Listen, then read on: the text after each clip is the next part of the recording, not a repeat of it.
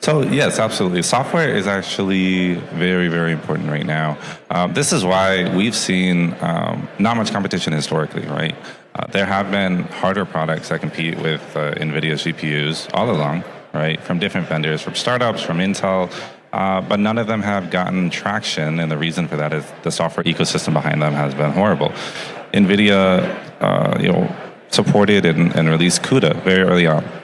And most AI developers and researchers got used to that. They're using CUDA, they started using CUDA, and then that became a blocker for competition. But that picture is changing right now. You don't have to use CUDA anymore. AMD can compete, and we expect that to happen with others, right? With Intel and with others. And so there's going to be more chips that come to market with different profiles, different wattages, different things that they're tuned for, inferencing chips, training chips, and each vendor is going to have their own chips as well, optimized for different things. That's happening as we speak. So the historical, it's just NVIDIA, just deploy what NVIDIA tells you to, here's the spec, that's ending. Yeah, and one of the things that we spoke about when we were chatting was the cooling conundrum, that people are confused. How fast am I liquid cooling? How fast are we going to get to the density? How fast are we going to get to the power requirements? So I'd like to talk about, first, there's confusion here. And Mike, if we could turn it to you, as stream data centers, are you hearing this confusion over the impact of liquid cooling? The power density in the future is still very unknown, I think. And so the best we can do is plan for a array of outcomes. As with almost everything when it comes to statistics, as you get closer to that point in time, you have more certainty. But we're building buildings now that won't be operating for 2 to 3 years from now. So we need to design with a fair amount of flexibility in there to handle a range of outcomes. Okay, Danielle.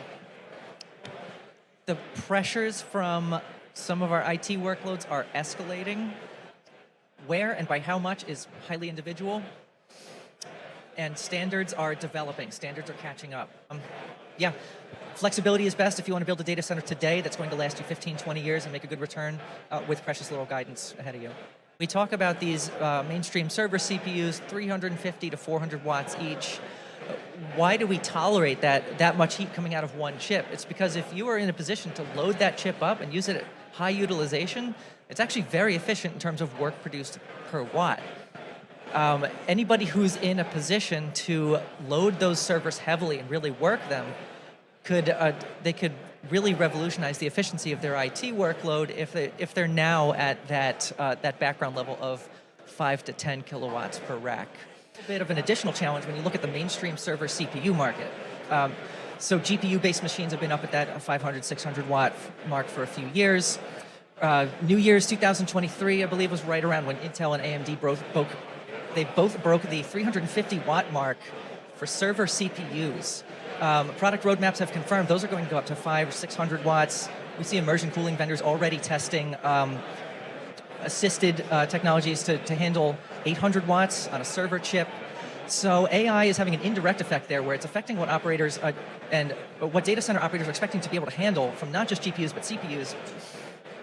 Server CPUs are now posing a double challenge of high TDP and low T-case temperatures, where you have to remove a lot of heat at a low temperature. It's thermally very challenging. That's where we're seeing liquid cooling is nearly mandatory. Heat flux is with liquid.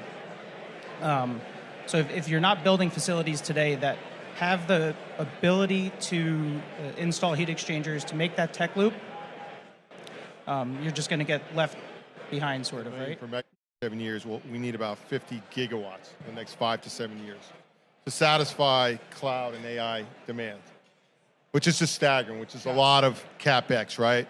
So I think developers, data center operators are trying to figure out how to minimize their cost of capital, right? To build is 10 million, 8 to 10 million per megawatt or more, depending on what your design is, right? So we've seen all types, shapes. But I think, look, it's what can you deliver for me now and how long is it going to take, because you need power, you need generators, and there's all time limits to that, right? And how long is it going to take to develop?